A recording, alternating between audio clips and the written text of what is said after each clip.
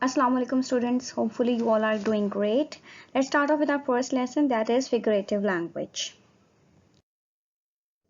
The objectives of this lesson are, by the end of the lesson, students will be able to define figurative language, differentiate between literal language and figurative language, identify types of figurative language.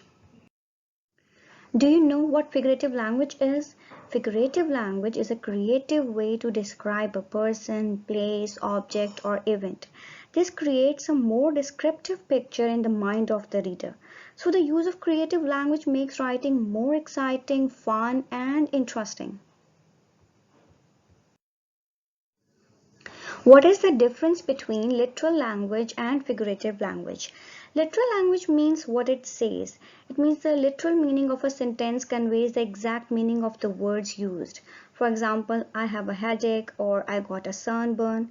Whereas figurative language expresses more than the literal meaning. It means figurative language departs from the actual or literal meaning of words to create an effect. For example, I feel like my head is going to explode, or I roasted in the sun. Here is the list of 7 types of figurative language: simile, metaphor, personification, onomatopoeia, hyperbole, alliteration, oxymoron. Simile. A simile is a figure of speech in which two unlike things are compared using the words like or as. So a simile is a comparison of two things using the words like or as. Let's move to the examples. The first example is, she accidentally dropped the meatball and it was as flat as a pancake. So when the girl dropped the meatball, it became flat as a pancake. So both fallen meatball and pancake are compared with each other by using the word as. In the next example, John turned as white as a ghost when his father caught him. John turned white. He might be doing something wrong and then caught by his father. So John is compared with ghost in this example. Metaphor. Metaphor is a figure of speech in which two unlike things are compared without the use of like or as. A metaphor takes the form of a direct statement or direct comparison. So basically, metaphor is a figure of speech in which two unlike things are compared without using the word like or as, and it is actually a direct comparison. The examples of metaphor are, Mary's voice is music to my ear. Mary's voice is compared with music. Her voice is melodious, that is why it is compared without using the words like or as. Similarly, in the next example, Franklin is a walking encyclopedia. Franklin is a knowledgeable and intelligent person, so he is compared with encyclopedia. Personification. Personification is the act of giving non-living things human characteristics. So in simple words, personification is giving human characteristics, qualities, or traits to an object or idea. Examples: the leaves waved in the wind. Waved is the human quality which is given to leaves. The leaves are waving in the wind. In the next example, the car brakes screamed all through the journey. Screamed means to shriek or cry, which is again an attribute of human beings which is given to a lifeless thing, that is car brakes. Onomatopoeia. Onomatopoeia is the use of a word to describe or imitate a natural sound. It means it is the imitation of natural sounds in word form. For example, buzz, bang, pop, sizzle, roar. Examples: click the button to take the picture. The bees buzzed by flying back to their hive. So in these two examples, click and buzzed are the imitation of natural sounds in word form. Hyperbole is an exaggeration that is so dramatic that no one would believe the statement is true. You can see the example of hyperbole on the very right corner. I'm so hungry I could eat a horse. Nobody can eat a horse, but this example shows the extreme hunger of this man. Examples: the afternoon is so bright that the sun would have to wear sunglasses. Second one is 1,000 thanks for your very best wishes. So the sun would have to wear sunglasses, and 1,000 thanks are the examples of hyperbole because these are exaggeration. Alliteration is the repetition of the same initial letter sound or a group of sounds in a series of words. You can see the example of alliteration on your screen. Peter Piper picked a pack of pickled peppers. So this is the repetition of the same initial letter sound. So here are some more examples of alliteration. Tim took tons of tools to make toys for the tots, and Nick's nephew needed some new notebooks. Oxymoron. Oxymoron is a figure of speech in which two opposite ideas are joined to create an effect. So in oxymoron, two opposite ideas are joined together. Examples: your apple pie is awfully good. Awfully means unpleasantly. Awfully good are two opposite ideas joined together in a sentence. Similarly, I let out a silent scream as the cat walked through the door carrying a dead bird. Scream means to shout. Again, two opposite words, silent and scream, are joined together in a sentence. Recap. Figurative language is the use of words that go beyond their ordinary meaning. Simile is the comparison of two things using like or as. Metaphor is the comparison of two things without using like or as. Personification is to give human traits to objects or ideas. Hyperbole is an exaggeration used for effect. Alliteration is the repetition of consonant sounds occurring at the beginning of words. Onomatopoeia is the use of words that mimic sounds. Oxymoron is the figure of speech in which a pair of opposite ideas are joined to create an effect. Thank you. This is lesson number 2, punctuation. Objectives. By the end of the lesson, students will be able to define punctuation, identify common punctuation marks, demonstrate an understanding of punctuation through correct usage. What is punctuation?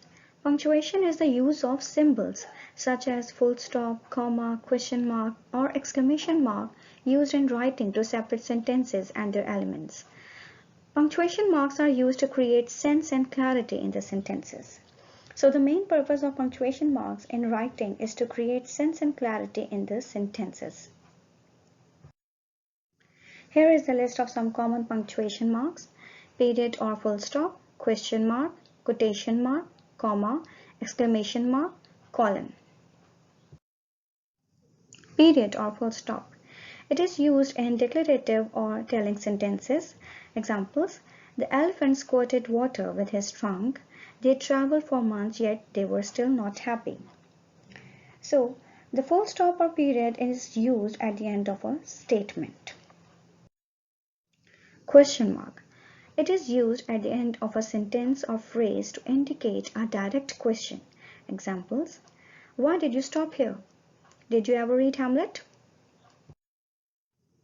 Quotation marks. Quotation marks are used to enclose the exact words of a speaker. Examples: Jasmine said, "Come for dinner tonight." No, the taxi driver said curtly, "I cannot get you to the airport in 15 minutes. Comma. A comma represents the shortest pauses. It is used to separate a series of words in the same construction. Examples: he wrote his exercise neatly, quickly, and correctly. He lost lands, money, reputation, and friends. Comma is also used to mark off a direct quotation from the rest of the sentence. Examples: he said to his disciples, "Watch and pray." "Exactly so," said Alice. In these two examples, we can see that the direct quotations are separated from the rest of the sentence by using comma. Exclamation mark. Exclamation mark is used to express surprise, astonishment, or any other such strong emotion. Examples: stop that at once. What an amazing goal. Colon. A colon is used to introduce an item or a series of items. Examples: you may be required to bring many things: sleeping bags, pans, utensils, and warm clothing. The following creatures are all imaginary: vampires, werewolves, zombies, and elves. Colon is also used to separate hours from minutes, with no space before and after the colon. Examples: 11:35 a.m., 12:15 p.m. Recap. Punctuation is the use of symbols such as full stops, commas, or question marks to divide written words into sentences and clauses. Full stop is used at the end of a complete sentence, that is, a statement. Comma is used to separate a series of words in the same construction. Question mark is used at the end of a sentence or phrase to indicate a direct question. Quotation marks are used to enclose the exact words of a speaker.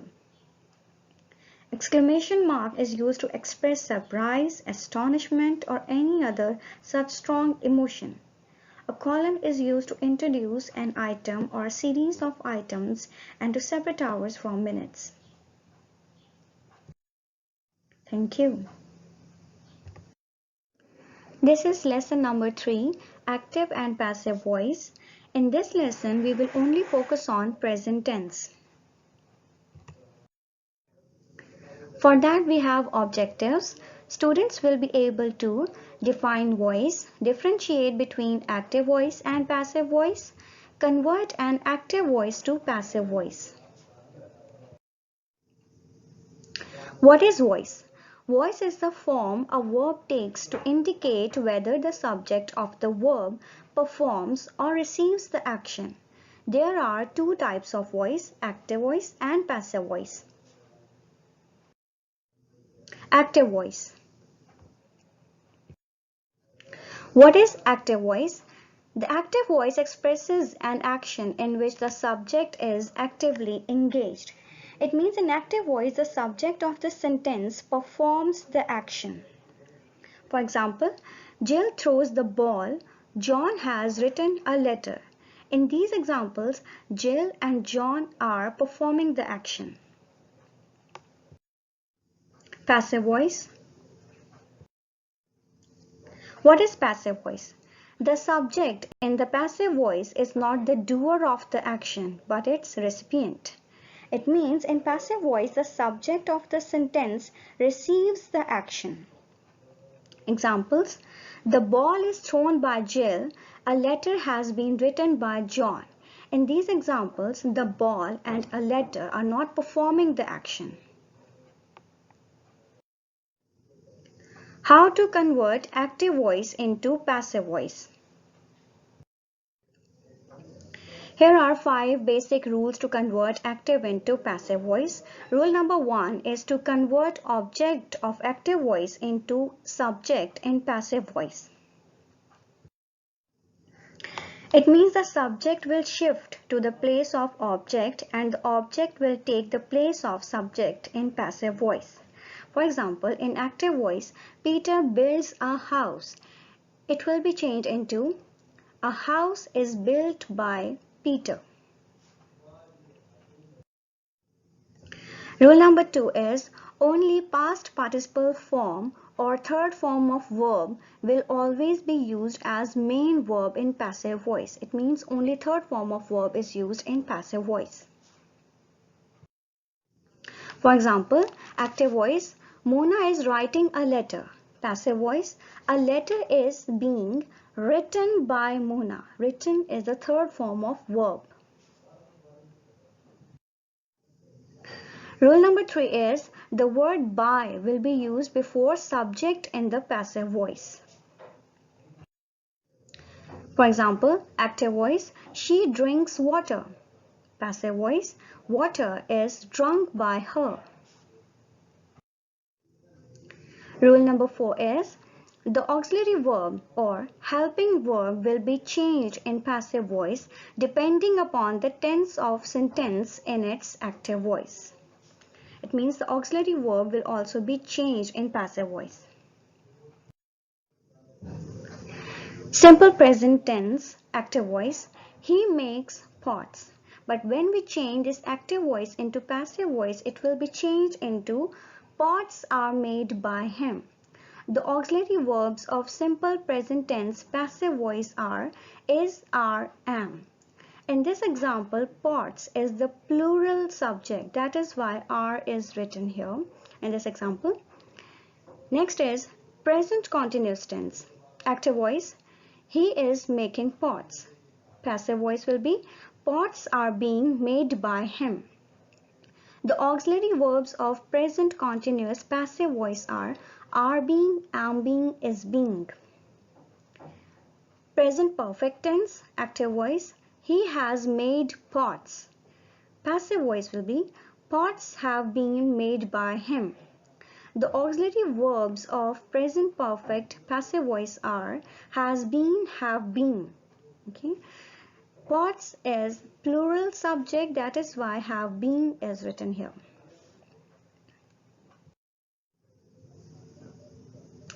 Rule number 5.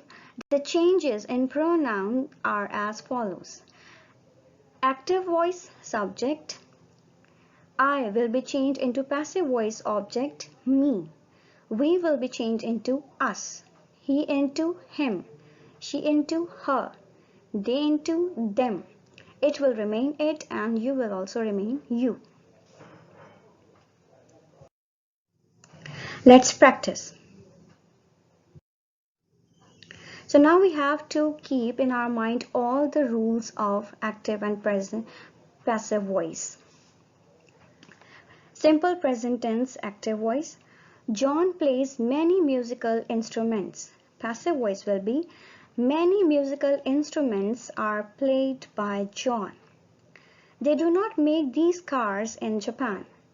Passive voice will be these cars are not made by them in Japan. She pays a lot of money.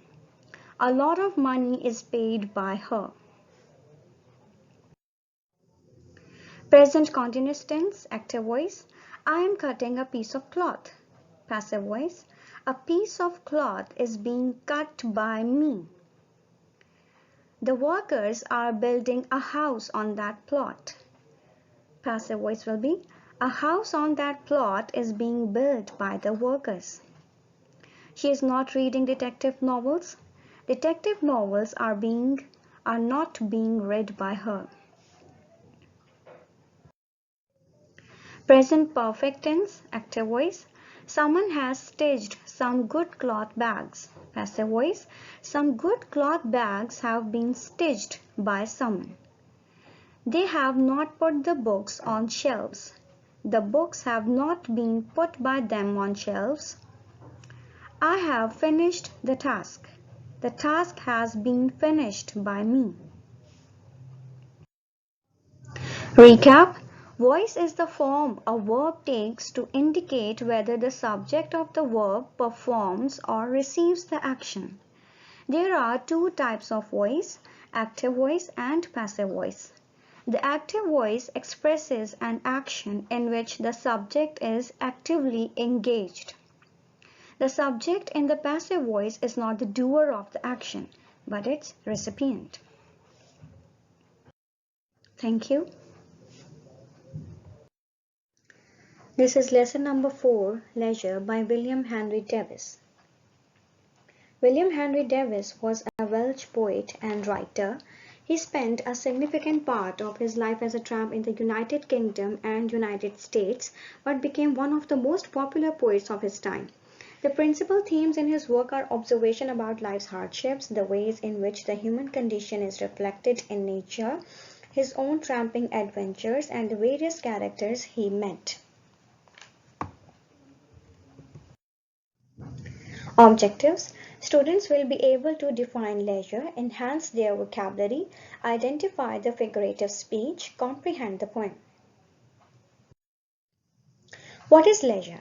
Leisure is the time when you are free from work or other duties and can relax.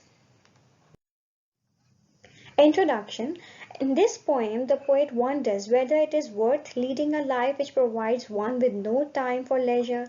The poem Leisure is divided into 7 rhyming couplets. What is couplet? A couplet is a pair of lines of verse. It usually consists of 2 lines that rhyme and have the same meter. Leisure by William Henry Davis. What is this life if full of care? We have no time to stand and stare. No time to stand beneath the boughs and stare as long as sheep and cows. No time to see when woods we pass, where squirrels hide their nuts in grass. No time to see in broad daylight, streams full of stars like skies at night. No time to turn at beauty's glance and watch her feet how they can dance. No time to wait till her mouth can enrich that smile her eyes began. A poor life this, if full of care, we have no time to stand and stare. What is the poem about?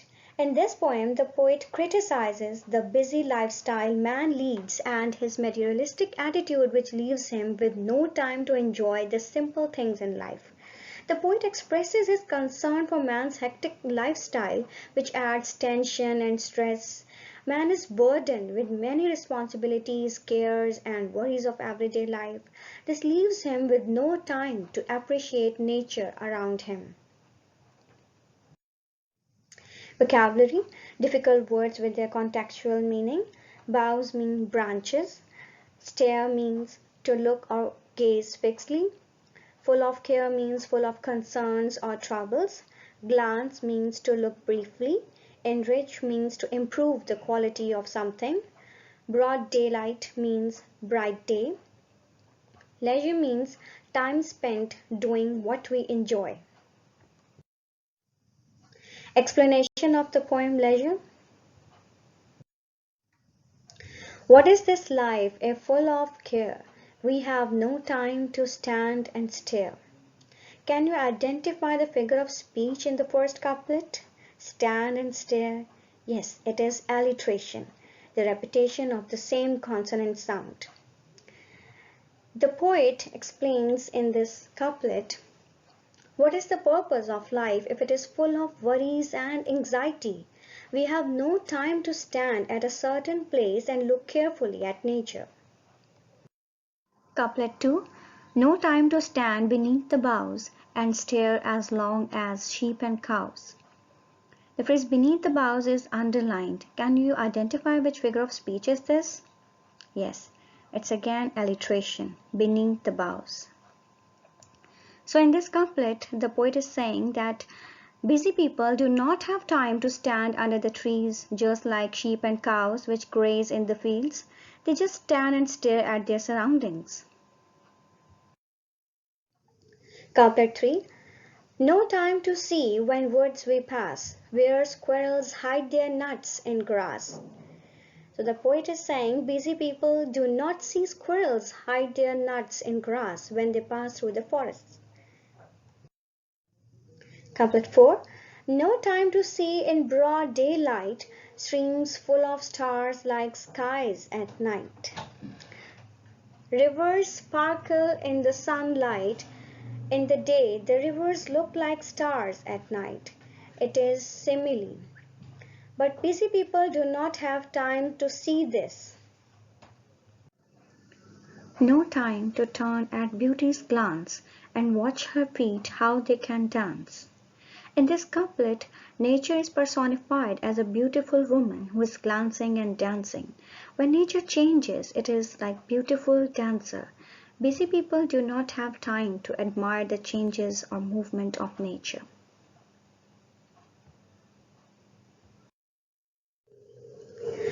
No time to wait till her mouth can enrich that smile her eyes began. Busy people do not have time to watch the changes in nature. When nature changes, it is like a smile that starts from the eyes and spreads slowly to the mouth. A poor life this, if full of care, we have no time to stand and stare. So according to the poet, it is a sad life if we do not have leisure time. Recap. The poem Leisure is a criticism of a busy life on modern man. The poem expresses poet's feelings on a needless dedication of man for worldly affairs. According to the poet, the natural beauty is scattered all around us, so we should spare some moments to look at nature. Thank you. This is lesson number 5, novel The Hound of the Baskervilles, written by Sir Arthur Conan Doyle. Objectives of this lesson are, by the end of the lesson, students will be able to define detective fiction, enhance their vocabulary, comprehend the text. Introduction. The Hound of the Baskervilles is one of a number of novels falling into the detective genre. The definition of detective fiction is a subgenre of crime fiction and mystery fiction in which an investigator or a detective investigates a crime, often murder. So in the novel The Hound of the Baskervilles, the detectives Sherlock Holmes and Dr. Watson will also investigate a crime. The Hound of the Baskervilles exhibits many of the features of detective fiction. It consists of a lot of suspense, which is a key element to detective fiction. Recap.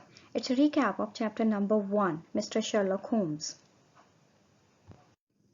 Chapter number 1, Mr. Sherlock Holmes.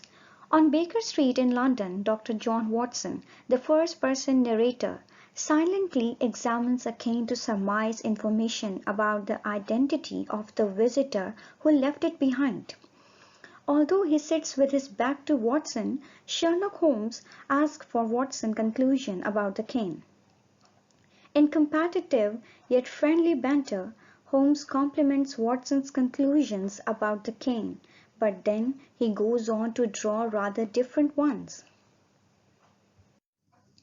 When the visitor, Dr. James Mortimer, returns, it turns out that indeed Sherlock Holmes' analysis was correct.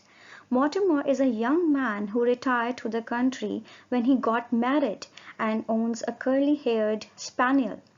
Introductions are made and Dr. Mortimer asks if he can touch the skull of the famous detective to examine the shape of a brilliant man's head.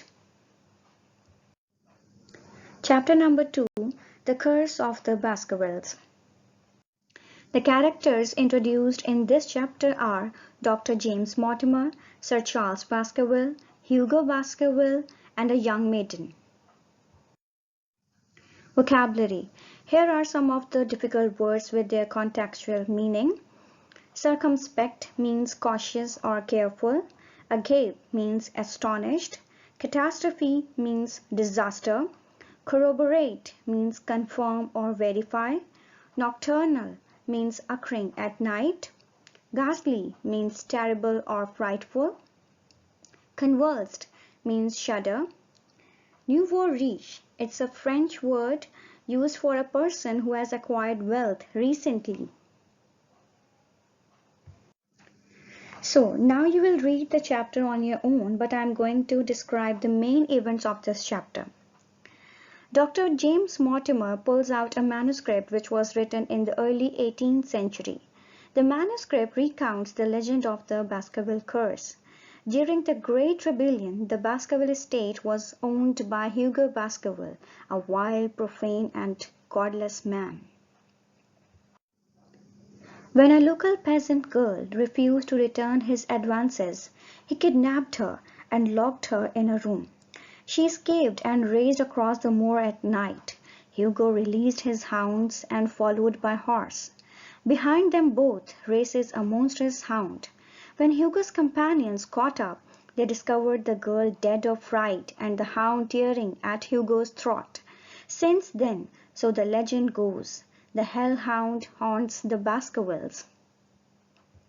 Sherlock Holmes dismisses the legend as a fairy tale. Dr. Mortimer then shares a newspaper article about the death of Sir Charles Baskerville.